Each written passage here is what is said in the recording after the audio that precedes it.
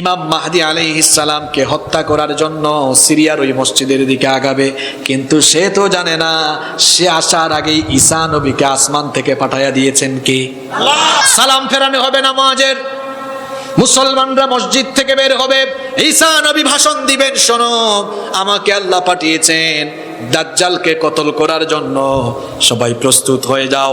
ঈসা নবী এবার যখন সৈন্যবাহিনী নিয়ে ঈসা নবী আর ইমাম মাহদীর নেতৃত্বে তারা যখন মসজিদ থেকে বের হবেন, দেখবেন দাজ্জাল তার বাহিনী নিয়ে চলে এসেছে।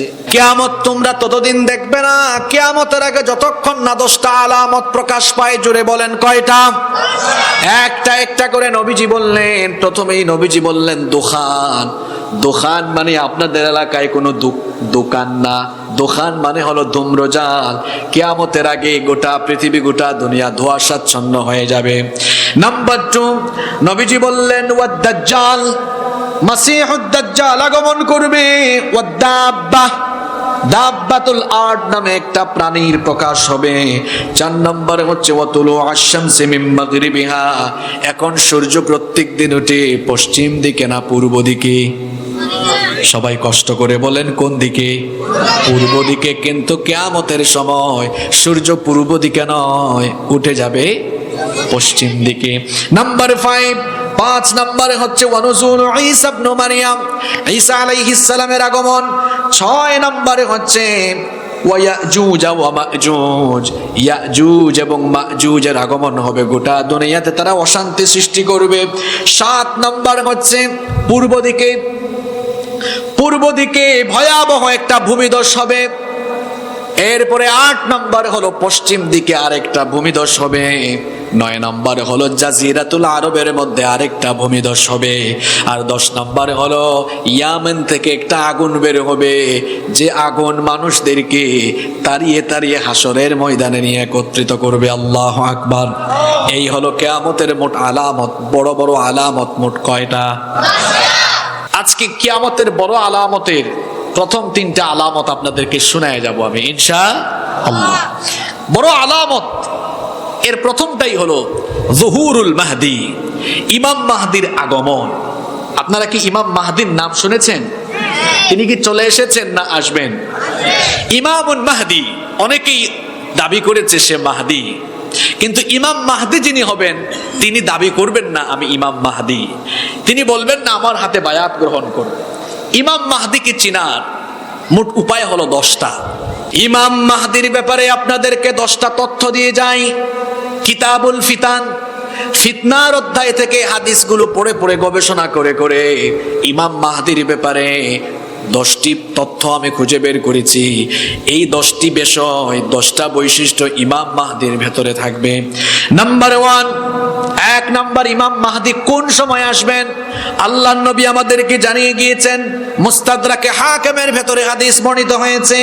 হাদিস বর্ণনাকারী সাহাবী হচ্ছেন আবু সাঈদ আল খুদরি রাদিয়াল্লাহু আনহু। তিনি বলছেন রাসূল করিম মহব্বতে আমার সঙ্গে বলেন সাল্লাল্লাহু আলাইহি ওয়াসাল্লাম, নবীজি বলেছেন ইয়াখরুজু ফি আখিরি উম্মতি আল মাহদি। 1 নম্বর পরিচয় দিচ্ছি শোনেন। নবীজি বলেছেন ইমাম মাহদি আমার উম্মতের আখিরি জামানায় কিয়ামতের ঘটনা ঘটার আগে শেষ জামানায় ইমাম মাহদি আগমন করবে। তাহলে 1 নম্বর তথ্য জানলাম, ইমাম মাহদি আখিরি জামানায় কিয়ামতের আগে আসবেন। নাম্বার 2 নম্বর হচ্ছে ইমাম মাহদি কোন বংশে আগমন করবেন, এটাও আমাদেরকে জানিয়েছেন মুহাম্মদ সাল্লাল্লাহু আলাইহি ওয়াসাল্লাম।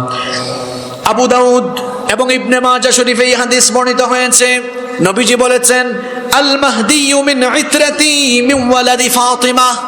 নবীজি বলেছেন ইমাম মাহদি আমার আহলে বাইত অর্থাৎ আমার পরিবার পরিজনদের থেকে আমার কলিজার টুকরা মেয়ে ফাতেমার সন্তানদের বংশধারা থেকে তার আবির্ভাব হবে। অর্থাৎ ইমাম মাহদি যিনি হবেন তিনি হবেন আলীর বংশধর। নবীজির কলিজার টুকরা মেয়ে ফাতিমাতুজ জাহরা রাদিয়াল্লাহু আনহার বংশধর। সুবহানাল্লাহ পড়েন। যুবক ভাইয়েরা মুখস্থ করে ফেলেন। আজকে সমসাময়িক এবং বাস্তবতাকে সামনে রেখে অনেক তথ্য এবং কথা আপনাদেরকে শোনায় যাব ইনশাআল্লাহ। তাহলে আমরা ইমাম মাহদির ব্যাপারে 2 নম্বর তথ্য জানলাম। তার 2 নম্বর বৈশিষ্ট্য জানলাম, তিনি নবীজির বংশে থেকে আগমন করবেন, নবীজির মেয়ে ফাতেমার সন্তানদের বংশধারা থেকে তার আবির্ভাব হবে। নাম্বার 3 নম্বর হচ্ছে ইমাম মাহদির নাম কি হবে এবং তার বাবার নাম কি হবে সেটাও আমাদেরকে জানিয়েছেন মুহাম্মদ। সবাই আমার সাথে বলেন সাল্লাল্লাহু আলাইহি ওয়াসাল্লাম। নবীজি বলেছেন লা ইয়াযহাবুদ দুনিয়া হাত্তা ইয়াবআসাল্লাহু রাজুলাম মিন আহলি বাইতি। নবীজি বলেছেন ততদিন পর্যন্ত দুনিয়া ধ্বংস হবে না যতদিন না আমার বংশ থেকে এমন একজন লোকের আবির্ভাব না হয় যিনি গোটা দুনিয়ায় খিলাফত প্রতিষ্ঠা করবেন।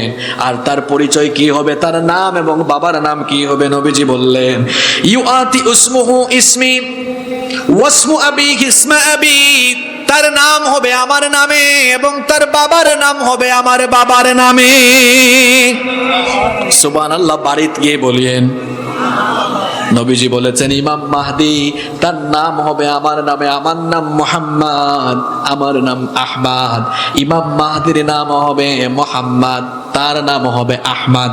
নবীজি বলেছেন আমার বাবার নাম আব্দুল্লাহ, ইমাম মাহদির বাবার নাম হবে আব্দুল্লাহ। তাহলে ইমাম মাহদির নাম ঠিকানা কি হবে সেটা আমরা জানলাম। ইমাম মাহদির 4 নম্বর বৈশিষ্ট্য হলো তার দৈহিক বৈশিষ্ট্য কেমন হবে আবার শোনেন। নবীজি বলেছেন আল মাহদিয়্যু মিন আজলাল জাহবা আকনাল আনফ।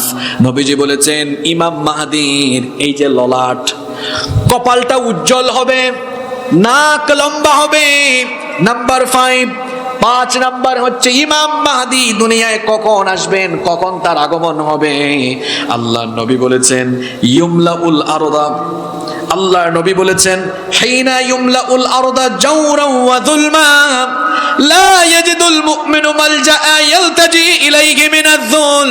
গোটা দুনিয়ায় যখন অত্যাচার, অনাচার, অবিচার, নির্যাতন, নিপীড়নে ভরে যাবে, গোটা দুনিয়াতে যখন মুমিনরা নির্যাতিত হবে, নিপীড়িত হবে, নির্যাতিত নিপীড়িত মজলুম মুসলমানদেরকে এই অবস্থা থেকে উত্তরণ করে তামাম দুনিয়ায় আল্লাহর জমিনে আল্লাহর দ্বীন কায়েমের জন্য ইমাম মাহদিকে যিনি পাঠাবেন তিনি কি? বর্তমান বিশ্বকে মিলায় দেখেন, আজ ফিলিস্তিনে, কাশ্মীরে, সিরিয়ায়, ইরাকে, চাচনিয়ায়, বসনিয়ায়, আশেপাশের সব জায়গায় মুসলমানরা মার খাচ্ছে। মুসলমানরা নির্যাতিত থাকবে না, অচিরে ইমাম মাহদি আসবেন, নির্যাতিত নিপীড়িত মুসলমানদের পক্ষে দাঁড়িয়ে জালিমদেরকে দুনিয়া থেকে উৎখাত করে কালেমার পতাকাকে তিনি উড্ডয়ন করবেন।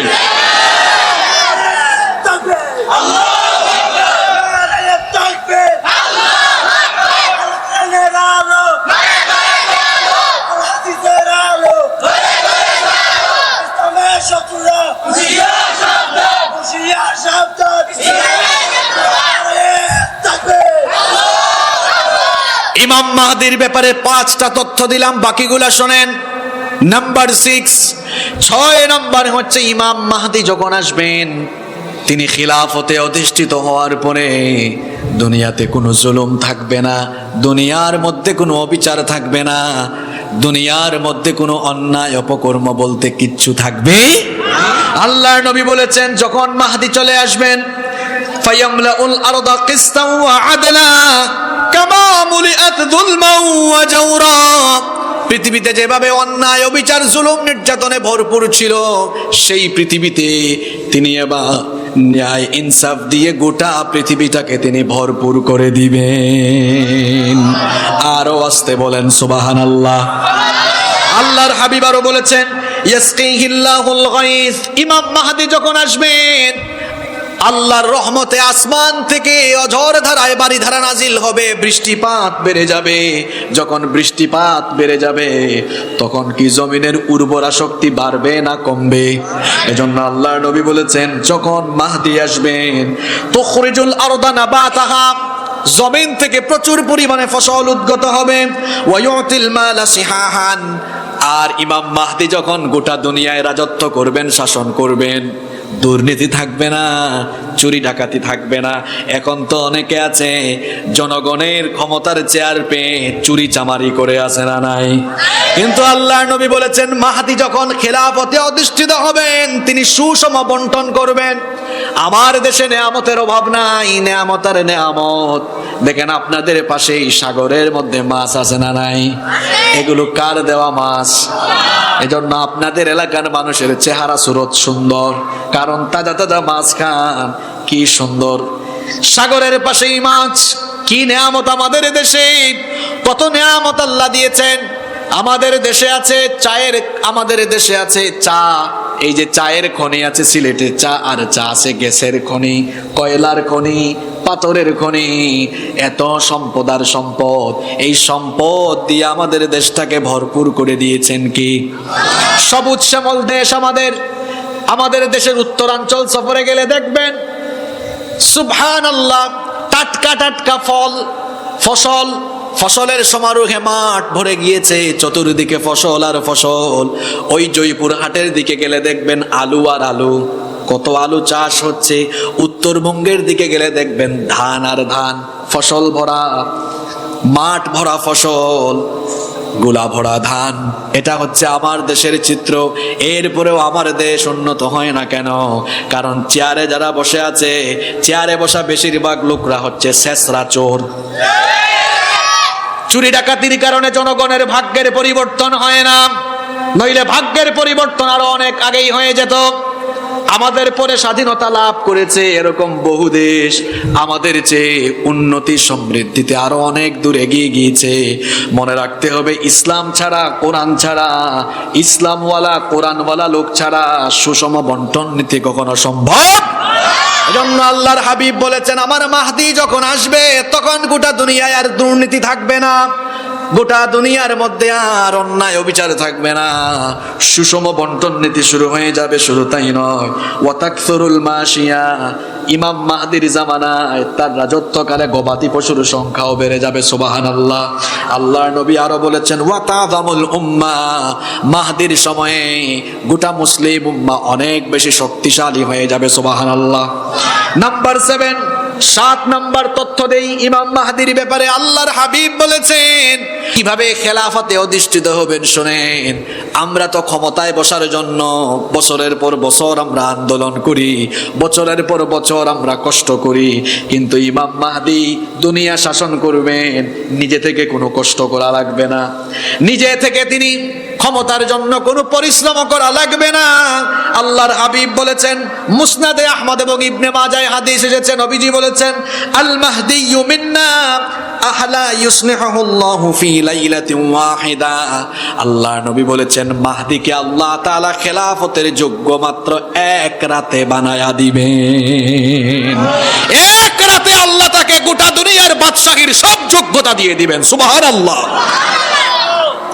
নাম্বার 8, 8 নাম্বার হচ্ছে ইমাম মাহদীর প্রকাশস্থল হবে গোটা দুনিয়ার কেন্দ্রস্থল, গোটা দুনিয়ার সেন্টার।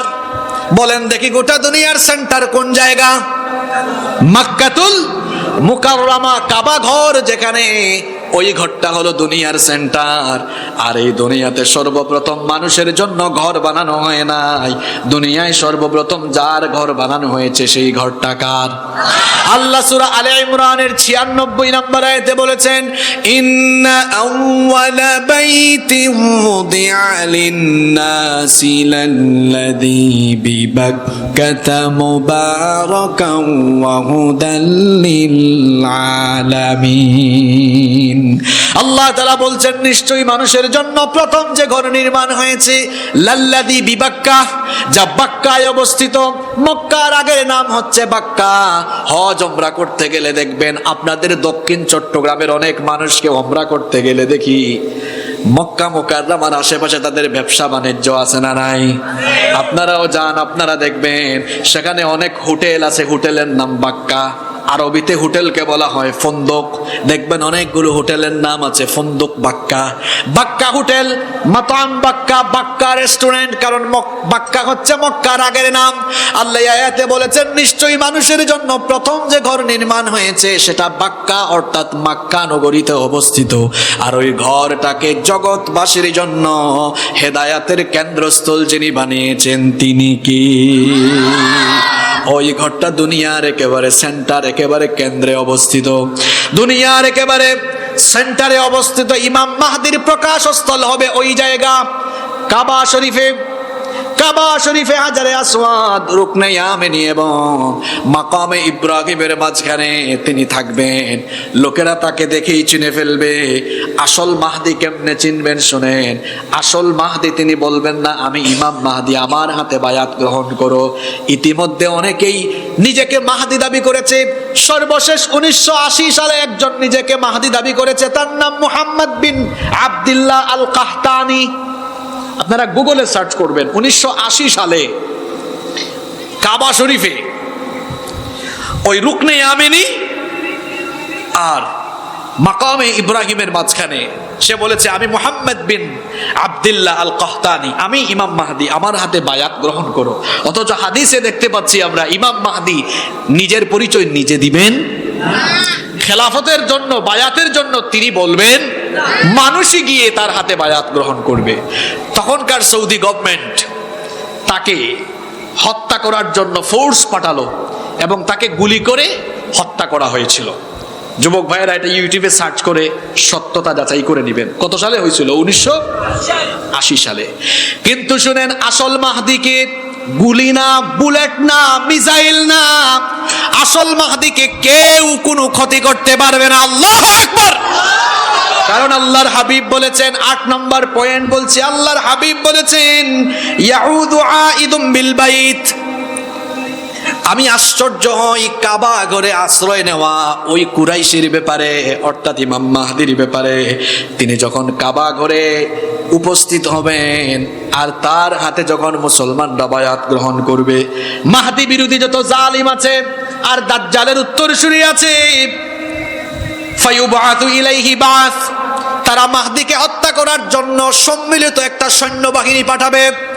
ওই সৈন্যবাহিনী যখন রওনা করে, ফাইদা কানু বিবাইদা ইমিনাল আরদ, তারা যখন বাইদা নামক একটা জায়গায় এসে উপস্থিত হবে, খুসিফা বিহিম, আল্লাহ তাআলা ওই জায়গাতেই, বাইদা নামক জায়গাতে ওই সৈন্যবাহিনীকে মাটির নিচে ধসায়া দিবেন। আল্লাহু আকবার।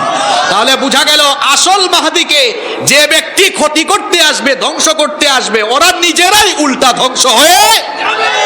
গুলি দিয়ে, মিসাইল দিয়ে, ক্ষেপণাস্ত্র আর পারমাণবিক কোন অস্ত্র দিয়ে আসল মাহদির কোনো ক্ষতি করা যাবে না। আসল মাহদি যিনি, তাকে সুরক্ষা দিবেন যিনি, গলার আওয়াজ বড় করে বলেন তিনি কি? 9 নম্বর তথ্য নবীজি তার ব্যাপারে দিয়েছেন। নবীজি বলেছেন ফাইদা রাআইতুমুহু, যখন তোমরা এই আসল মাহদিকে দেখবা, তার পরিচয় যখন তোমরা জানবা, ফাবাইউহু ওয়ালাউ হাবওয়ান আলা সালজ ফাইন্নাহু খলিফাতুল্লাহিল মাহদি, যখন তোমরা আসল এই মাহদির পরিচয় পাবা, দুনিয়ার যেখানেই তোমরা থাকো না কেন, বরফের উপর দিয়ে হামাগুড়ি দিলেও, বরফের উপর দিয়ে হামাগুড়ি দিয়ে হলেও মাহদির হাতে তোমরা বায়াত গ্রহণ করবা। সুবহানাল্লাহ। নাম্বার 10, 10 এবং সর্বশেষ হলো ইমাম মাহদির আত্মপ্রকাশ যখন হবে, তাম দুনিয়ায় তখন এই খবর ছড়িয়ে যাবে, নির্যাতিত মুসলমানরা আনন্দিত হয়ে যাবে। খোরাসানের দিক থেকে, পৃথিবীর পূর্ব দিক থেকে একদল কালো পতাকাবাহী লোক মাহদির সৈন্য হওয়ার জন্য প্রথমেই রওনা করবে। সুবহানাল্লাহ। দুনিয়ার চতুর্দিক থেকে মাহদির সৈন্য হওয়ার জন্য মুসলমানরা দলে দলে ইমাম মাহদির হাতে বায়াত গ্রহণের জন্য যাবে। ইমাম মাহদি বায়াত গ্রহণ করবেন, গোটা দুনিয়ায় খেলাফত প্রতিষ্ঠা হয়ে যাবে। এরপরে আল্লাহর নবী তার ব্যাপারে বলেছেন, আবু দাউদের হাদিস, ইয়ামলিকু 7 সিনিন, অন্য বর্ণনা এসেছে আও 9 সিনিন, তিনি 7 বছর বা 9 বছর পৃথিবীতে রাজত্ব করবেন। সুবহানাল্লাহ। ইমাম মাহদী আসতেছেন। ইমাম মাহদী কখন আসবেন? তামাম দুনিয়ায় যখন জুলুম নির্যাতনে নিপীড়নে যখন মুসলমানরা কোণঠাসা হয়ে পড়বে, মুসলমানদেরকে সাহায্য করার জন্য আল্লাহ তার খলিফা মাহদীকে পাঠাবেন। সুবহানাল্লাহ। আর ইমাম মাহদী দুনিয়াতে আসার পরে দুনিয়া থেকে মুসলমানদের নিশ্চিহ্ন করার জন্য, ফিতনায় ফেলার জন্য আত্মপ্রকাশ হবে দাজ্জালের। মাসিহুদ, জোরে বলেন মাসিহুদ দাজ্জাল। এই দাজ্জালের কাহিনী দিয়ে আপনাদেরকে এখন নিয়ে যাব আমি ইসরায়েলে, ইনশাআল্লাহ। আপনারা কি ঘুমায় আছেন? আপনারা হয়তো ভাবছেন হুজুর আজকে মাহদী থেকে শুরু করলো কেন? মাহদী থেকে শুরু করেছি, আজকে নেতানিয়াহু আর বাইডেন পর্যন্ত নিয়ে যাব আপনাদেরকে, ইনশাআল্লাহ। এই সবগুলা যে দাজ্জালের রুহানি সন্তান, সেটা নবীজির হাদিস দিয়ে আপনাদেরকে প্রমাণ করে দিব আজকে, ইনশাআল্লাহ। ইমাম মাহদী চলে আসবেন। গোটা দুনিয়ায় মুসলমানরা আবারও শক্তিশালী, মুসলমানদের মধ্যে কোনো বিভেদ থাকবে না। গোটা দুনিয়াতে ইসলামের পতাকা উড়বে, গোটা দুনিয়াতে ইসলামী হুকুমাত চলবে। আল্লাহু আকবার।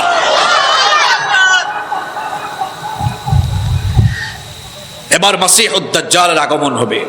দাজ্জালের আগমনের বেশ কিছু আলামত হাদিসে বলা হয়েছে তখন মুসলমানরা সুসংহত হবে। দাজ্জালের আগমনের আগে কনস্টান্টিনোপল বিজয় হবে। দাজ্জালের আগমনের আগে পরপর 3 বছর ভয়াবহ দুর্যোগ দেখা দিবে, খাদ্য সংকট চলে আসবে, এরকম বহু বর্ণনা আছে। দাজ্জালের পুরা নাম হলো মাসিহুদ দাজ্জাল।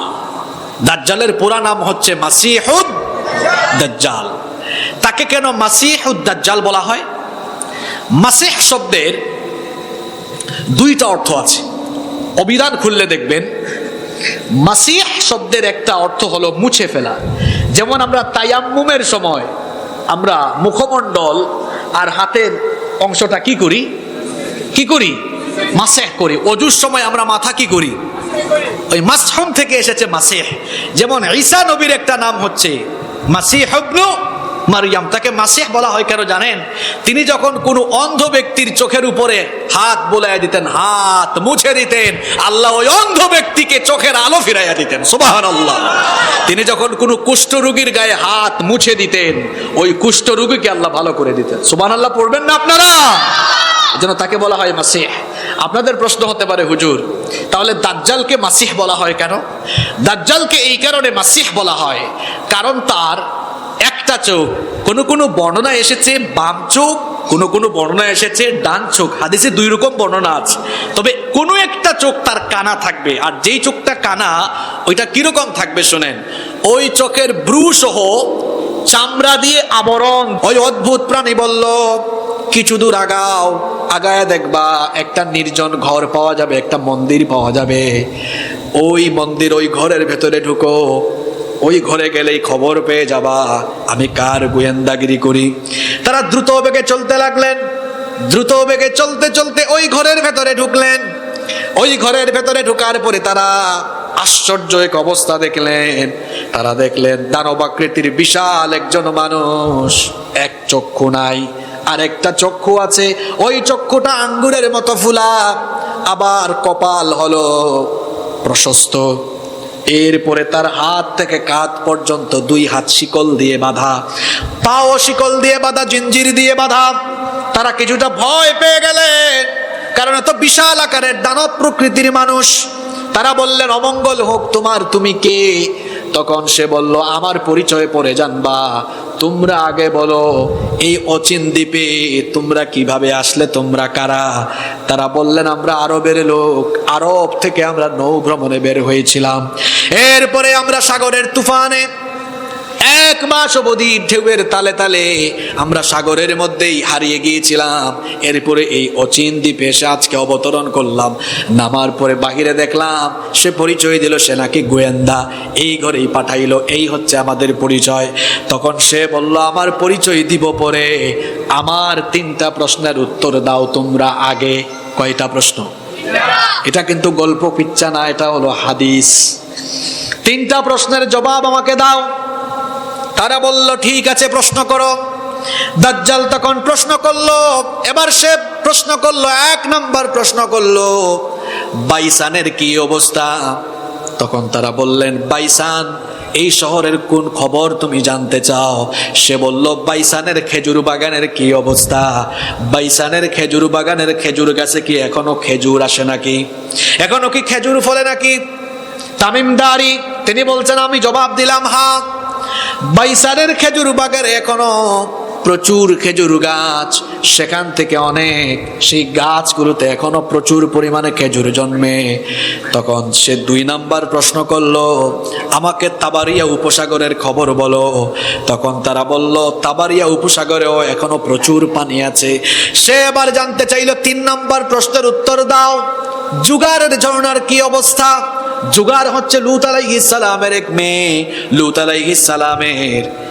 আলাইহিস সালামের মেয়ের কবর এই ঝর্ণার পাশে হয়েছে বলে ওই ঝর্ণার নাম হচ্ছে জুগারের ঝর্ণা।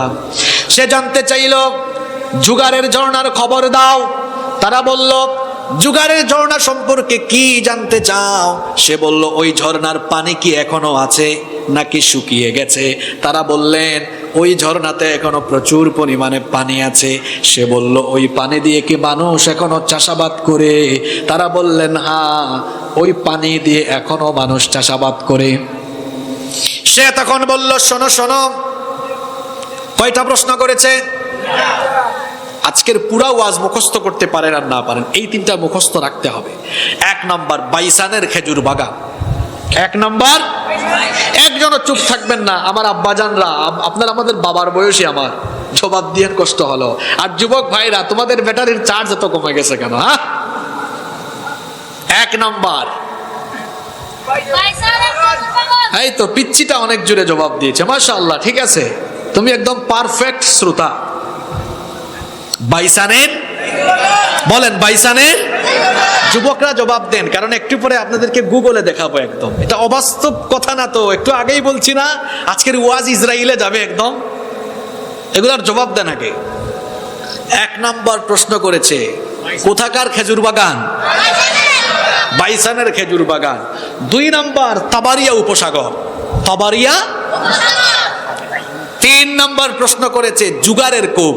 কিসের কূপ? সে তখন বলল, শোনো, বাইসানের খেজুর বাগান সম্পর্কে তোমরা যে বলছো, ওই বাইসানের খেজুর গাছে খুব শীঘ্রই খেজুরের গাছগুলো মরে যাবে, খেজুরের গাছে খেজুর আর আসবে না। এরপরে সে বলল, শোনো, তাবারিয়া উপসাগরের সব পানি চিরেই শুকায় যাবে। এরপরে বলল, জুগারের যে ঝর্ণা আছে সেই ঝর্ণায় কোনো পানি থাকবে না। এরপরে সে আরেকটা প্রশ্ন করলো, বলল, তোমরা তো আরবের লোক, আরবে কি মুহাম্মদ বিন আব্দুল্লাহ নামে কোনো নবী এসেছেন? তারা বললেন, হ্যাঁ। সে বলল, তার অবস্থান এখন কোথায়? তারা বললেন, তিনি মক্কা থেকে হিজরত করে মদিনায় চলে গিয়েছেন। সে প্রশ্ন করলো, তিনি কি তার জাতির বিরুদ্ধে যুদ্ধের সম্মুখীন হয়েছেন? তারা বলল, হ্যাঁ, তিনি যুদ্ধের সম্মুখীন হয়েছেন। সে বলল, জয়ী কে হয়েছে? তারা বললেন, নবীজি জয়ী হয়েছেন। সে বলল, হ্যাঁ, এমনটাই তো হওয়ার কথা। এরপরে বলল, যে তার অনুসরণ করবে তাদের জন্য কল্যাণ হবে। এবার তারা বলল, এতক্ষণ ধরে আমাদের পরিচয় জানলা, আবার আমাদেরকে 3টা-4টা প্রশ্ন করলে, এবার বলো এই প্রশ্নগুলো কেন করলা? সে এবার বলল, প্রশ্নগুলো এই জন্য করেছি, আমার পরিচয় আমি দেই, আনা মাসিহুদ দাজ্জাল, আমি হচ্ছি মাসিহুদ দাজ্জাল। আল্লাহ আমাকে এখানে শৃঙ্খলিত করে রেখেছেন, কিন্তু অচিরেই আমি আত্মপ্রকাশ করব, অচিরেই আমাকে শৃঙ্খলা মুক্ত করে দেওয়া হবে, আর আমি তখনই আসব। 3টা প্রশ্ন যে করেছি, এই 3টা আলামত যখন প্রকাশ পাবে, তখন আমি দুনিয়াতে প্রকাশ্যে আগমন করব। এর মধ্যে একটা সে বলেছে, বাইসানের খেজুর বাগানের খেজুর গাছ যখন মরে যাবে, যখন সেখানে আর খেজুর ফলবে না, তখন সে প্রকাশিত হয়ে যাবে। এবার আসেন, বাইসান কোথায়? বাইসান হলো ফিলিস্তিনের ভূমি। বাইসান 1948 সালে ওই শহরটাকে জারজ রাষ্ট্র ইসরায়েল, লেবানন এবং ফিলিস্তিন থেকে দখল করে ওই এলাকাটাকে তারা দখল করে নিয়েছে। বাইসানের খেজুর বাগানে, ওই বাগানের কোনো গাছ এখন নাই। গুগলে আজকে সার্চ করবেন, মরক্কো থেকে ইহুদিরা কিছু খেজুর গাছ এনেছে, এনে ওই বাগানে তারা লাগিয়েছে। তাহলে বাইসানের খেজুর বাগানের মূল খেজুর গাছগুলো এখন আর নাই। 2 নম্বর সে বলেছে তবারিয়া উপসাগরের পানি যখন শুকায় যাবে, তবারিয়া উপসাগরও ইসরায়েলের ইহুদিরা দখল করে রেখেছে। কারণ ইহুদিরা দাজ্জালকে তাদের ইমাম, তাদের নেতা মনে করে, তারা মনে করে দাজ্জাল আসলেই পৃথিবী তারা শাসন করবে। এই জন্য দাজ্জাল দুনিয়াতে আসার যে 3টা বড় বড় আলামতের কথা বলা হয়েছে, এই 3টা গুরুত্বপূর্ণ জায়গায় বর্তমান অসভ্য ইহুদিরা দখল করে ফেলেছে। বাইসান দখল করেছে, তবারিয়া উপসাগরের 1 ফোঁটা পানিও তারা ফিলিস্তিন এবং গাজাবাসীকে দেয়। 3 নম্বর জুগারের কূপ। এই যে একটু আগে বললাম তবারিয়া উপসাগর, গুগলে দেখবেন, উইকিপিডিয়াতে সার্চ করলে এটার নাম আসে sea of Galilee, sea of Galilee. 3 নম্বর হলো জুগারের কূপ, পানি শুকায় গিয়েছে। তাহলে দাজ্জাল পৃথিবীতে আসার আলামতগুলো একেবারে প্রকাশিত হয়ে গিয়েছে না? জুড়ে বলেন, হয়েছে কি হয় নাই? দাজ্জাল দুনিয়াতে আসার পরে সব জায়গায় সে বিচরণ করবে, কিন্তু 2টা জায়গায় সে ঢুকতে পারবে। একটা হচ্ছে মক্কাতুল মুকাররমা, হজ করতে গেলে দেখবেন মক্কা শহরে ঢুকার আগে রেহাল, বুঝেন তো আপনারা, রেহালের মতো একটা গেট দেওয়া হয়েছে। ওই স্থানকে হাদিসে বলা হয়েছে, ওই জায়গায় যখন দাজ্জাল যাবে মক্কায় ঢোকার জন্য, আল্লাহর ফেরেশতারা দাজ্জালকে তখন তলোয়ার দিয়ে মক্কাতুল মুকাররমা থেকে বের করে দিবে। আল্লাহু আকবার। দাজ্জাল যাবে মদিনার দিকে, উহুদ পাহাড়ের কাছে যখন চলে যাবে, মদিনা থেকেও তখন আল্লাহর রহমতের ফেরেশতারা দাজ্জালকে ভাগায় দিবে। নবীজি ওই হাদিসটা যখন বলছিলেন, ফজরের নামাজের পরে নবীজির হাতের মধ্যে লাঠি ছিল, হাতের লাঠি দিয়ে তিনি মাটির মধ্যে 3 বার আঘাত করলেন, এভাবে বললেন, হাদিহি তয়বা, হাদিহি তয়বা, হাদিহি তয়বা। তয়বা হচ্ছে মদিনার আরেকটা নাম। আল্লাহর নবী বললেন, এটা আমার পবিত্র শহর, এটা আমার পবিত্র শহর, এটা আমার পবিত্র শহর। আমার পবিত্র শহরে আল্লাহ অপবিত্র দাজ্জালকে ঢুকতে দিবেন না। আল্লাহু আকবার। দাজ্জাল বাতাসের মতো গোটা দুনিয়াতে বিচরণ করবে, আর ইমানদারদের ইমান নিয়ে ছিনিমিনি খেলবে। দাজ্জালকে আল্লাহ তাআলা অলৌকিক কিছু ক্ষমতা দিবেন। আপনারা আছেন না ঘুমায়া গেছেন? দাজ্জালকে আল্লাহ কিছু অলৌকিক ক্ষমতা দিবেন। দাজ্জালের 1 হাতে থাকবে জান্নাত, আর 1 হাতে থাকবে জাহান্নাম। আল্লাহর নবী বলেছেন, দাজ্জাল মানুষকে দেখাবে, দেখো আমি হলাম রব, আমার 1 হাতে জান্নাত আর 1 হাতে জাহান্নাম, আমার উপর ঈমান আনো, এই যে দেখছো জান্নাত, জান্নাতটা দিয়ে দিব। আল্লাহর নবী বলেছেন, শোনো শোনো, দাজ্জাল হবে ধোঁকাবাজ। সে যেটা জান্নাত দেখাবে ওইটা আসলে জান্নাত না, ওইটা হলো জাহান্নাম। তার হাতের মধ্যে যে আগুন সে দেখাবে, সে বলবে জাহান্নাম, ওইটা জাহান্নামের আগুন না, ওইটা দাজ্জালের বানানো আগুন। তোমরা যদি দাজ্জালের কাছে ঈমান না দিয়ে প্রয়োজনে যদি শাহাদাত বরণ করে দাজ্জালের বানানো আগুনে নিক্ষিপ্ত হয়ে যাও, মনে রাখবা দাজ্জালের আগুনে ঝাঁপ দেওয়ার সাথে সাথে তুমি আল্লাহর জান্নাতের বাগানে চলে যাবা। দাজ্জালের সময় আর কি কি ফিতনা ছড়াবে হাদিস থেকে শোনেন। তার 1 হাতে জান্নাত আর 1 হাতে জাহান্নাম। আল্লাহর নবী বলেছেন, ওয়া আন্না মাহু আনহারুল মা, তার 1 হাতে থাকবে পানি, 2টা নদী প্রবাহিত থাকবে। একটাতে দেখা যাবে সুন্দর স্বচ্ছ পানি, আরেকটাতে দেখা যাবে পানি না, সেখানে শুধু আগুন। আল্লাহ নবী বলেছেন, যেটাতে দেখবা তোমরা স্বচ্ছ পানি, মনে করবা ওইটা হচ্ছে জাহান্নামের আগুন, আর যেটাতে দেখবা আগুন দেখা যায়, মনে করবা ওইখানে ঈমানের কারণে ঝাঁপ দিলেই জান্নাতের ঝরনা ধারা। আরো আস্তে বলেন সুবহানাল্লাহ। আল্লাহ নবী আরো বলেছেন, দাজ্জালকে আল্লাহ এমন অলৌকিক ক্ষমতা দিবেন, সে আসমানের দিকে তাকায় বলবে, আসমান থেকে বৃষ্টি পড়ো, সাথে সাথে বৃষ্টি নাজিল হবে। জমিনের দিকে তাকায় আদেশ দিবে, জমিন থেকে ফসল ফলো, জমিন থেকে ফসল ফলে যাবে। গবাদি পশুর দিকে তাকায় বলবে, গবাদি পশুগুলো মোটা তাজা হও, আর এখান থেকে অনেক পরিমাণ গবাদি পশু জন্ম নাও। যা বলবে এরকম তাই হবে। এরকম ক্ষমতা তাকে দিবেন যিনি, তিনি কি? আল্লাহ দিবেন। আর দাজ্জাল ইমানদারদের সামনে যাবে, ইমানদারদেরকে ফিতনায় ফেলবে, কিন্তু খাঁটি ইমানদার যারা দাজ্জালকে দেখে চিনে ফেলবে তারা। সর্বশেষ যেই যুবককে দাজ্জাল হত্যা করতে চাইবে, ঘটনা আরেকটা মনে পড়ছে, বলবো? সর্বশেষ দাজ্জাল যখন একজন যুবককে হত্যা করতে চাইবে, ওই যুবক হবেন ওই জামানার সর্বোত্তম যুবক। ওই যুবকের সামনে যখন দাজ্জাল যাবে, দাজ্জাল বলবে তুমি আমার উপর ঈমান আনো, আমি হলাম রব। ওই সর্বোত্তম মোমেন যুবক তখন বলবে আমি তোমাকে চিনি, তুমি হচ্ছ মাসিহুদ দাজ্জাল, আমি তোমাকে দেখেই চিনে ফেলেছি, তুমি রব নও, তুমি দাজ্জাল। সে তখন বলবে তুমি যদি ঈমান না আনো তাহলে আমি তোমাকে মেরে ফেলবো, জীবন কেড়ে নিব, কারণ আমি জীবন দিতে পারি, জীবন কেড়ে নিতে পারি। সে তখন বলবে আমার হাবিব এটা বলেছে তুমি সেটা পারবা, কিন্তু জীবন কেড়ে নিলেও তুমি আমার ঈমান কেড়ে নিতে পারবা।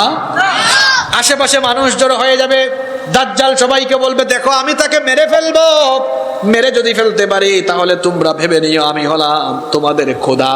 সে তখন ওই যুবককে মেরে ফেলবে, মেরে ফেলার পরে ওই যুবকটাকে আবার জিন্দা করবে, জিন্দা করে যুবককে বলবে যুবক দেখো আমি তোমাকে জীবন কেড়ে নিয়ে আবার জীবন দিয়েছি, ঈমান আনো।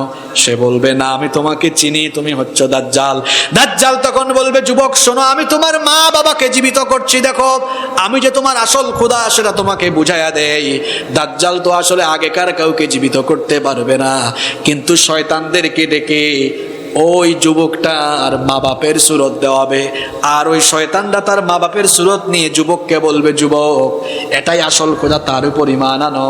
তখন ওই সর্বোত্তম ঈমানদার যুবক বলবে না তুমি যে দাজ্জাল এটা আমি ভালো করেই জানি, এগুলা সব তোমার ধোঁকাবাজি, কারণ দাজ্জাল নামের অর্থই হলো ধোঁকাবাজি, আমি ঈমান আনবো না। এরপরে দাজ্জাল তৃতীয়বার তার সৈন্যদেরকে বলবে, দাজ্জালের সৈন্য কারা হবে? শুনে নেবার আল্লাহর নবী বলেছেন দাজ্জালের সৈন্য হবে 70,000 ইহুদি। দাজ্জালের সৈন্য হবে কয় হাজার ইহুদি?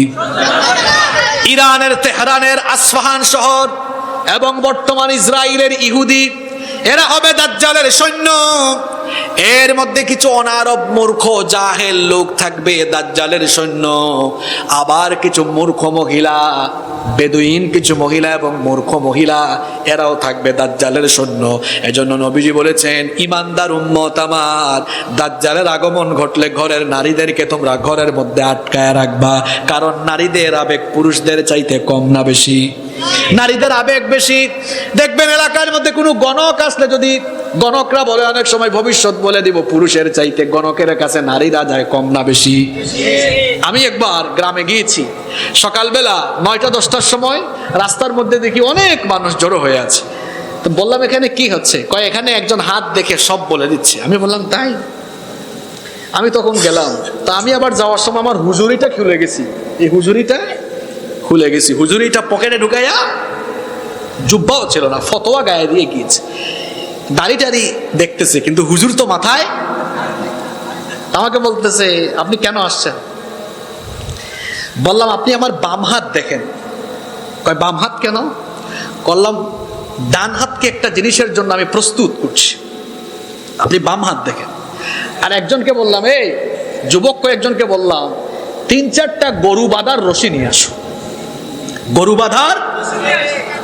আমি বললাম ভাই আপনি বাম হাত দেখেন, আমার ডান হাত লাগবে। কয় ভাই আমি বাম হাত দেখবো, ঠিক আছে, গরু বাঁধার রশি আনতেছেন কেন? আমি বললাম আপনি যে মানুষের ভবিষ্যৎ জানেন, সকালবেলা বাড়ি থেকে বের হওয়ার আগে আপনি কি জানেন নাই আজকে এই এলাকায় এক যুবক গরু বাঁধার রশি দিয়া আপনাকে বাইন্দা ডান হাত দিয়ে থাপ্পড় মারবে? কানে ধরছে। কয় ভাই আল্লাহর ওয়াস্তে আমাকে মাফ করে দেয়, এলাকা ছেড়ে চলে গিয়েছে। এরকম গণক জ্যোতিষী বিভিন্ন এলাকায় আছে না নাই? খবরদার এদের কাছে যাবেন না, ঈমান হারা হয়ে যাবেন। ভবিষ্যতের সব কিছু একজন জানেন, তিনি কে? সেই আল্লাহর উপরে আমাদের অবিচল আস্থা, অবিচল বিশ্বাস থাকবে। ঘটনায় ছিলাম, মনে আছে তো আপনাদের? তৃতীয় পর্যায়ে দাজ্জাল বলবে এর উপর অত্যাচার করো, নির্যাতন করো, নির্যাতন নিপীড়ন করে ওই সর্বোত্তম মোমেন যুবককে জখম করে দেওয়া হবে। তারপরে দাজ্জাল তার তলোয়ার নিয়ে ওই যুবককে যখন হত্যা করতে চাইবে, আল্লাহর হাবিব বলেছেন ওই যুবকের গলায় সে তলোয়ার যখন চালাবে, তলোয়ার চালাতে পারবে না। আল্লাহর হুকুমে ওই যুবকের গলার এই অংশটা তখন তামায় পরিণত হয়ে যাবে। আল্লাহু আকবার। এইভাবে করে দাজ্জালের অনেক ফিতনা প্রকাশিত হবে। দাজ্জালকে অনুসরণ করবে ইহুদিরা। এই জন্য ইহুদিরা ওই 3টা অঞ্চল দখল করে দাজ্জালকে ওয়েলকাম করার জন্য তারা অপেক্ষা করছে। কারণ তাদের ধর্মগ্রন্থ তালমুদের মধ্যে বলা হয়েছে, তারা এই বিশ্বাসে আছে মাসিহুদ দাজ্জাল যখন আসবেন বিশ্বকে তারা শাসন করবে। এটা হলো তাদের ভুয়া স্বপ্ন। কারণ যখন দাজ্জাল আসবে, দাজ্জালকে কতল করারও ব্যবস্থা করবেন কে? তবে দাজ্জালের এই ফিতনা থেকে আমরা কিভাবে বাঁচবো? ফিতনা থেকে বাঁচার উপায় আমাদেরকে জানিয়েছেন মুহাম্মাদুর রাসূলুল্লাহ সাল্লাল্লাহু আলাইহি ওয়াসাল্লাম। দাজ্জালের ফিতনা থেকে বাঁচার জন্য 3টা আমল আমরা করব ইনশাআল্লাহ। নাম্বার 1, নবীজি বলেছেন দাজ্জালের ফিতনা থেকে বাঁচার জন্য আল্লাহর গুনাহবলীর ব্যাপারে ভালোভাবে জ্ঞান অর্জন করো। আমার আল্লাহর কোনো সন্তানাদি নাই, আমার আল্লাহ হচ্ছেন দোষ ত্রুটি থেকে মুক্ত। আল্লাহর নাম হচ্ছে রহমান, আল্লাহর নাম হচ্ছে রহিম, আল্লাহর নাম গফফার, তিনি হচ্ছেন সত্তার, তিনি হচ্ছেন কাহ্হার। আল্লাহ ছাড়াও আল্লাহর আরো 99টা নাম আছে না নাই? এক একটা নাম এক এক রকমের গুণ প্রকাশ করে। আল্লাহর হাবিব বলেছেন রব সম্পর্কে ভালোভাবে জানো, তাহলে দাজ্জালকে চিনতে সুবিধা হবে এবং দাজ্জালের ফিতনা থেকে তোমরা বেঁচে যেতে পারবে ইনশাআল্লাহ। নাম্বার 2 নাম্বার হচ্ছে আল্লাহর হাবিব বলেছেন দাজ্জালের ফিতনা থেকে যদি তোমরা বাঁচতে চাও আল্লাহর কাছে দোয়া করো। দোয়াটাও আল্লাহর নবী আমাদেরকে শিখিয়েছেন। নামাজ যখন আদায় করো, শেষ বৈঠকে যখন তাশাহুদ দুরুদ দুআয়ে মাসুরা পাঠ করে ফেলো, তখন আল্লাহর কাছে দোয়া করো আল্লাহুম্মা ইন্নী আউযু বিকা মিন আযাবি জাহান্নাম। আল্লাহর নবী বলেছেন 4টা জিনিস থেকে আশ্রয় চাও। 1 নাম্বার আল্লাহুম্মা ইন্নী আউযু বিকা মিন আযাবি জাহান্নাম, হে আল্লাহ আমাদেরকে জাহান্নামের আযাব থেকে বাঁচাও। ওয়া মিন আযাবিল কবর, কবরের শাস্তি থেকে আমাদেরকে বাঁচাও। ওয়া মিন ফিতনাতিল মাহইয়া ওয়াল মামাত, জীবন মৃত্যুর ফিতনা থেকে বাঁচাও। 4 নাম্বার হলো ওয়া মিন ফিতনাতিল মাসিহিদ দাজ্জাল, দাজ্জালের ফিতনা থেকে আমাদেরকে বাঁচাও। এই দোয়াটা আপনারা করেন তো? কারা কারা করেন একটু হাত তোলেন তো। মাশাআল্লাহ মাশাআল্লাহ মাশাআল্লাহ, হাত নামান। যারা পারেন না আপনারা দোয়াটা মুখস্থ করে ফেলবেন, খুব সহজ। আল্লাহুম্মা ইন্নী আউযু বিকা মিন আযাবি জাহান্নাম ওয়া মিন আযাবিল কবর ওয়া মিন ফিতনাতিল মাহইয়া ওয়াল মামাত ওয়া মিন ফিতনাতিল মাসিহিদ দাজ্জাল। 2 নাম্বার আমল বললাম। 3 নাম্বার আমল হলো আল্লাহর নবী বলেছেন জুমার দিনে সূরা কাহাফ পড়ো। সূরা কাহাফের প্রথম 10টা আয়াত মুখস্থ করবেন, আর ওই 10টা আয়াত জুমার দিনে পড়বেন। আজকের দিনটা ছিল কোন দিন? জুমার দিন। আল্লাহর নবী বলেছেন জুমার দিনে আল্লাহর যে বান্দা বা বান্দি সূরা কাহাফের প্রথম 10 আয়াত তিলাওয়াত করবে, আল্লাহ তাআলা তাকে দাজ্জালের ফিতনা থেকে বাঁচায়া দিবেন। এই দাজ্জাল গোটা দুনিয়ায় ফিতনা ছড়াবে, ইমানদারদের ঈমান নিয়ে টিকে থাকা অসম্ভব হবে। এই দাজ্জাল এবং তার বাহিনীকে ধ্বংস করার জন্য আল্লাহ তাআলা মাসিহ বিন মারিয়াম ঈসা আলাইহিস সালামকে পাঠাবেন। সাইয়েদনা ঈসা আলাইহিস সালাম তিনি আমাদের নবীর আগের নবী ছিলেন। ঈসা আলাইহিস সালাম আল্লাহর কাছে দোয়া করেছিলেন, হে আল্লাহ তুমি আমাকে নবী বানিয়েছো, কিন্তু আমাকে নবী না বানিয়ে আখিরি জামানার নবী মুহাম্মাদুর রাসূলুল্লাহ, সবাই পড়েন সাল্লাল্লাহু আলাইহি ওয়াসাল্লামের উম্মত যদি আমাকে বানিয়ে দিতে সেটাই আমার জন্য ভালো হতো। কারণ এই উম্মতের মর্যাদা অন্যান্য নবীর সকল উম্মতের চেয়েও মর্যাদা বেশি না কম? শুধু তাই নয়, অনেক বড় বড় পয়গাম্বররা নবী না হয়ে আমাদের নবীর উম্মত হতে চেয়েছেন। কারণ এই উম্মতের ব্যাপারে নবীজি বলেছেন আমার উম্মত কিয়ামতের দিন জান্নাতে ঢোকার আগে অন্য কোন নবীর উম্মত জান্নাতে ঢুকতে পারবে না। এরপরেও পাবলিক সুবহানাল্লাহ কয় না? এত মর্যাদা আমাদেরকে দিয়েছেন কি? এই উম্মত আমরা দুনিয়াতে এসেছি সবার আগে না সবার শেষে? বলেন তো, প্রধান অতিথি কি সবার আগে আসে না শেষে আসে? আমরা এসেছি শেষে, কিন্তু স্ট্যাটাস মর্যাদা হলো সবার উপরে। এজন্য মুসা নবী না হয়ে আমাদের নবীর উম্মত হতে চেয়েছেন। ঈসা নবী না হয়ে আমাদের নবীর উম্মত হতে চেয়েছেন। ঈসা নবী বেশি বেশি চেয়েছেন, এই জন্য আল্লাহ ঈসা নবীর দোয়া কবুল করেছেন। ঈসা নবী কিন্তু মৃত্যুবরণ করেন নাই। খ্রিস্টানরা আকীদা লালন করে বিশ্বাস করে যে ঈসা নবীকে শুলে চড়াইয়া দুনিয়া থেকে বিদায় করা হয়েছে। আসলে খ্রিস্টানরা আসল ঈসাকে চিনে নাই। যে ঈসাকে শুলে চড়ানো হয়েছে ওইটা ঈসা ছিল না, ওইটা ছিল মিসা। তারা আছে মিসা নিয়ে, আর আমরা আছি আসল ঈসা নিয়ে, ঠিক কিনা? যাকে শুলে চড়ানো হয়েছিল তাকে ঈসা আলাইহিস সালামের মতো সুরত দেওয়া হয়েছিল, কিন্তু ওইটা আসল ঈসা না। আল্লাহ কোরআনে বলেছেন আসল ঈসাকে আসমানে উঠাইয়া দিয়েছেন কে? তিনি এখনো জিন্দা আসমানে আছেন। তিনি দোয়া করেছিলেন, আল্লাহ আখিরে নবীর উম্মত আমাকে বানায়ো। এজন্য আল্লাহ তার দোয়া কবুল করেছেন। আখিরে জামানায় যখন দাজ্জালের আগমন হবে, দাজ্জাল নামক কাফের, দাজ্জাল নামক শয়তানকে কতল করার জন্য ঈসা নবীকে আখিরি জামানায় আল্লাহ পাঠাবেন। কখন পাঠাবেন সেটা আবার শোনাই। ইমাম মাহদী আলাইহিস সালাম সিরিয়ার দামেস্কের পূর্ব দিকের সাদা গম্বুজওয়ালা একটা মসজিদে ফজরের নামাজে ইমামতির জন্য দাঁড়াবেন। নামাজের জন্য ইকামত হয়ে যাবে।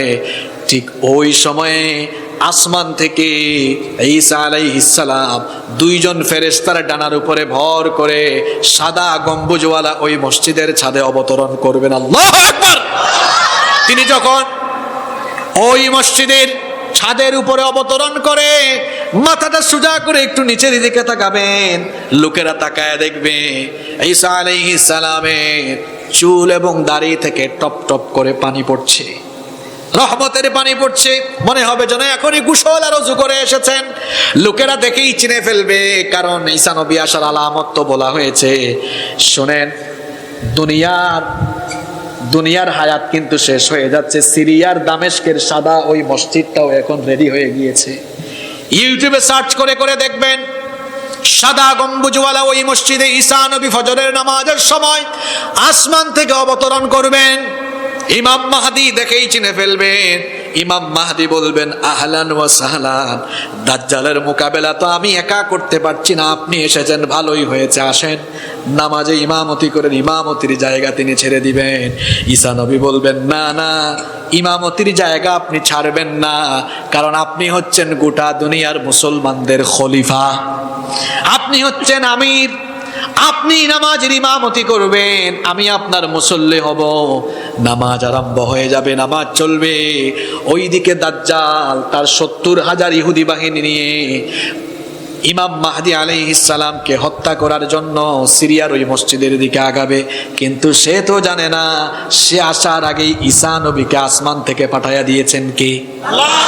সালাম ফেরানো হবে নামাজের, মুসলমানরা মসজিদ থেকে বের হবে, ঈসা নবী ভাষণ দিবেন, শোনো আমাকে আল্লাহ পাঠিয়েছেন দাজ্জালকে কতল করার জন্য, সবাই প্রস্তুত হয়ে যাও। ঈসা নবী এবার যখন সৈন্যবাহিনী নিয়ে ঈসা নবী আর ইমাম মাহদীর নেতৃত্বে তারা যখন মসজিদ থেকে বের হবেন, দেখবেন দাজ্জাল তার বাহিনী নিয়ে চলে এসেছে। সুবহানাল্লাহ। দাজ্জাল ঈসা নবীর দিকে তাকায়া ভীত সন্ত্রস্ত হয়ে যাবে। বলেন তো, লবণ যদি পানিতে দেওয়া হয়, লবণের অবস্থা তখন কি হয়? হ্যাঁ, লবণ পানি হয়ে যায়। নবীজি হাদিসে বলেছেন, লবণ পানিতে দিলে লবণ যেমন গলে যায়। দাজ্জাল যখনই চোখের সামনে ঈসা নবীকে দেখবে, তখনই সে গলে যাওয়ার মতো অবস্থা হবে। সে তখন সামনের দিক থেকে পালানো আরম্ভ করবে। আল্লাহু আকবার। পালাতে পালাতে পালাতে পালাতে, আসলে অঞ্চলটা তো ছিল ফিলিস্তিনের দখলদার জারজ ইহুদিরা। ওই ভূমিকে দখল করে ইসরায়েল নামক অসভ্য রাষ্ট্রের জন্ম দিয়েছে। বর্তমান ইসরায়েলের রাজধানী তেল আবিবের খুব নিকটবর্তী একটা জায়গা, এটা হচ্ছে লুদ। হাদিসে বলা হয়েছে লামদাল পেশ লুদ। গুগলে সার্চ করে দেখবেন, ওই লুদ অঞ্চল আছে, বাবেলুদ, লুদ গেট আছে। দাজ্জাল পালাতে পালাতে বাবেলুদের কাছে যখন যাবে, ঈসা নবী তাকে গিয়ে সেখানে ধরবেন। ঈসা নবী তাকে ধরার পরে বর্ষার আঘাতে দাজ্জালকে বাবেলুদে তিনি কতল করবেন। আর দাজ্জালের ইহুদি বাহিনীকে মুসলমানরা কচু কাটা আরম্ভ করবে। ইহুদিরা, অসভ্য ইহুদিরা কেউ কেউ গিয়ে গাছের আড়ালে লুকাবে, কিন্তু ওই সময়ে গাছের জবানও আল্লাহ খুলে দিবেন। কোন ইহুদি যদি গাছের আড়ালে লুকায়, গাছ বলবে, হে ঈমানদার, আমার পিছনে এক কাফির আছে, তারে ধরো। আল্লাহু আকবার। দেয়ালের আড়ালে লুকালে দেয়াল কথা বলবে, কারণ বাক শক্তি দেন কে? এই যে আমি কথা বলছি, এই মুহূর্তে আমার কথা বলা আল্লাহ চাইলে বন্ধ করে দিতে পারেন কিনা? আল্লাহ হচ্ছেন সকল ক্ষমতার মালিক। আল্লাহ বলছেন তাবারাকাল্লাযী বিয়াদিহিল মুলক, সব ক্ষমতা যার হাতের মুঠায়, সবাই বলেন তিনি কে? দেয়ালের আড়ালে লুকালে দেয়াল বলবে, হে ঈমানদার, আমার আড়ালে একজন আছে, তাকে ধরো। এইভাবে করে দুনিয়ার সকল দাজ্জাল বাহিনী দুনিয়া থেকে নিঃশেষ হয়ে যাবে। দুনিয়ায় আবারও ইসলামের পতাকা উঁচু হয়ে দাঁড়াবে। সুবহানাল্লাহ। আজকের ইসরায়েল এটা একটা জারজ রাষ্ট্র। কেন জারজ রাষ্ট্র বললাম শোনেন। অটোম্যানদের পতন যখন হয়, আপনাদের কি কষ্ট হচ্ছে? আমাকে কি আর 10 মিনিট সময় দেওয়া যাবে? আসেন শোনেন। অটোম্যান সাম্রাজ্যের যখন পতন হয়, তুর্কি খেলাফতের পতন হওয়ার পরে মধ্যপ্রাচ্যের এই অঞ্চলগুলো, ফিলিস্তিন, লেবানন, জর্ডান, তারপরে সিরিয়া, আম্মান, বাহরাইন, এই সকল অঞ্চলগুলো ব্রিটেনের দখলে চলে যায়। ব্রিটেন এবং ফ্রান্স ভাগাভাগি করে এই অঞ্চল শাসন করত। তৎকালীন পররাষ্ট্রমন্ত্রী বেলফোর, তিনি ইহুদিদেরকে আশ্বস্ত করেছিলেন যে এই মধ্যপ্রাচ্যে তোমাদের জন্য একটা ইহুদি রাষ্ট্র আমি গঠন করে দিব। 1930 সালের পরে হিটলারের নাম শুনেছেন আপনারা? আরে বাপরে বাপ, এই বেটা কাম করছে কি জানেন? একাই 60 লক্ষ ইহুদি মারছে। হিটলার যখন ইহুদি নিধন যজ্ঞ আরম্ভ করলো, তখন ইউরোপ থেকে এবং পৃথিবীর বিভিন্ন জায়গা থেকে ইহুদিরা জাহাজে করে করে এই মধ্যপ্রাচ্যের প্যালেস্টাইনে এসে আশ্রয় গ্রহণ করলো। প্রথমে এসেছে আশ্রয় গ্রহণের জন্য। ওই যে আমাদের দেশে আপনাদের এই টেকনাফের দিকে রোহিঙ্গারা আসছে না, আশ্রয় নিয়ে এসেছে। প্রথমে এরা চাষাবাদ করলো। পশ্চিমাদের পরোক্ষ মদদে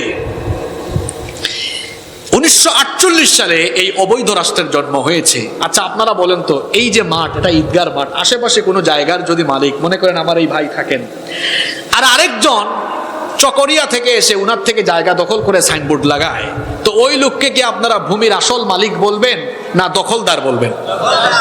ফিলিস্তিনের 1 ইঞ্চি মাটিও ইসরায়েলের ইহুদিদের না। এরা ফিলিস্তিনে এসে ফিলিস্তিনিদেরকে বাস্তুচ্যুত ঘর বাড়ি ছাড়া করে ফিলিস্তিনিদের ভূমি দখল করে এরা দখলদার হয়ে আছে। এরা দখলদার। আমাদের পাসপোর্ট, বাংলাদেশি পাসপোর্ট আছে না আপনাদের কাছে? পাসপোর্টে দেখবেন সব দেশে যাওয়ার অনুমতি আছে, একটা দেশে আপনি যাইতে পারবেন না। কোন দেশ? আমাদের দেশ এখনো ইসরায়েলকে রাষ্ট্রীয়ভাবে স্বীকৃতি দেয় নাই। দেখেন আমেরিকা, তাদের এত বড় দেশ যুক্তরাষ্ট্র, তারা চাইলে এই ইসরায়েলের 80 লক্ষ ইহুদিকে তাদের দেশে তারা চাইলে জায়গা দিতে পারতো। চাইলে পারতো না? কিন্তু তারা দেয় না কেন? কারণ তাদের দেশের ভেতরে আভ্যন্তরীণ রাজনীতিতে তারা একজন আরেকজনের বিরোধী হলেও পররাষ্ট্রনীতিতে তারা এক এবং অভিন্ন। মধ্যপ্রাচ্যের মুসলমান এই দেশগুলোকে তারা যেন অশান্তিতে রাখতে পারে এবং মধ্যপ্রাচ্যে যেন পশ্চিমা বিশ্বের আগ্রাসন সুসংহত রাখা যায়, এজন্য মার্কিনীরা, পশ্চিমারা প্ল্যান করে সেই 19বিংশ শতাব্দী থেকে পরিকল্পনা করে ইহুদিদেরকে বিস্ফোরক হিসাবে মধ্যপ্রাচ্যে রেখেছে। কথাগুলো মন দিয়ে শোনেন। 80 লক্ষ ইহুদির জায়গা যুক্তরাষ্ট্রেও হইতো, এখানে রেখেছে কেন? তাদের পররাষ্ট্রনীতি আপনারা দেখেন। মধ্যপ্রাচ্যের দেশগুলোতে তেল আমদানি রপ্তানি হচ্ছে, কম না বেশি? আমেরিকা চিন্তা করলো আমি শুধু ডলার দিয়ে তাদের থেকে তেল কিনবো, আমি শুধু ডলার দিব আর তারা বিনিময়ে আমাকে কিছু দিবে না, এমনটা তো হতে পারে। তারা প্ল্যান, পরিকল্পনা সাজালো কেমন করে তাদের থেকেও ডলার নেওয়া যায়। ইসরায়েল নামক বিস্ফোরা এই রাষ্ট্রকে মধ্যপ্রাচ্যে তারা নিজেরাই পয়দা করলো, জায়গা করে দিল। উদ্দেশ্য হলো এই যে তারা যেন এই ইহুদিদের সাথে মুসলমানদের ঝামেলা লাগায় রাখতে পারে, আর ঝামেলা লাগলে যুদ্ধ লাগলে অস্ত্র দরকার হবে, পারমাণবিক বোমা দরকার হবে, যুদ্ধ বিমান দরকার হবে। এগুলো আমরা আমেরিকায় বানাবো, আমরা ডলার দিয়া তেল কিনবো, তোমরা কিচ্ছু নিবা না। এমনটা তো হতে পারে না। তোমাদের এলাকায় পেস লাগায় রাখবো, যুদ্ধের খেলা লাগায় রাখবো, যাতে করে অস্ত্র কেনার জন্য ডলার নিয়ে আমার দেশে আসো। বুঝতে পেরেছেন কথা? Give and take, give and take. এটা চাচারা হয়তো অনেকে বুঝতেছেন না, যুবকরা বুঝবে। দেখেন এদের পররাষ্ট্রনীতি কিভাবে এক। ইসরায়েলের পক্ষ নিলেন জো বাইডেন, তার আগের প্রেসিডেন্ট ডোনাল্ড ট্রাম্প তিনিও পক্ষ নিলেন। অথচ এই দুইজন তাদের দেশের রাজনীতিতে একজন আরেকজনের প্রধান প্রতিপক্ষ। আমেরিকা তারা তাদের দেশের রাজনীতিতে আভ্যন্তরীণভাবে একজন আরেকজনের প্রতিপক্ষ থাকলেও পররাষ্ট্রনীতি তাদের এক এবং অভিন্ন। পররাষ্ট্রনীতিতে তারা এক। এই ইসরায়েলের ইহুদিরা ফিলিস্তিনে কি করছে আপনারা জানেন। ফিলিস্তিনিদের ভূমি তারা কেড়ে নিয়েছে। আহারে, গত 11-12 দিন ধরে কি নির্মমতা চালাচ্ছে, কি নিষ্ঠুরতা চালাচ্ছে। খাবার নাই, পানি নাই, বিদ্যুৎ নাই, চতুর্দিক থেকে গাজা উপত্যকাকে অবরুদ্ধ করে রেখেছে। প্রতিদিন শত শত মানুষ মারা যাচ্ছে। শিশুরাও এই বর্বর ইহুদিদের থেকে রেহাই পাচ্ছে না। নারীরা, শিশুরা প্রতিদিন মারা যাচ্ছে। ঘর বাড়ি অনেকে ছেড়ে দিয়ে আশ্রয় কেন্দ্রে আশ্রয় নিয়েছে, হাসপাতালে আশ্রয় নিয়েছে। পৃথিবীর ইতিহাসের সবচেয়ে বড় সন্ত্রাসী এবং অসভ্য এই ইহুদি জাতি।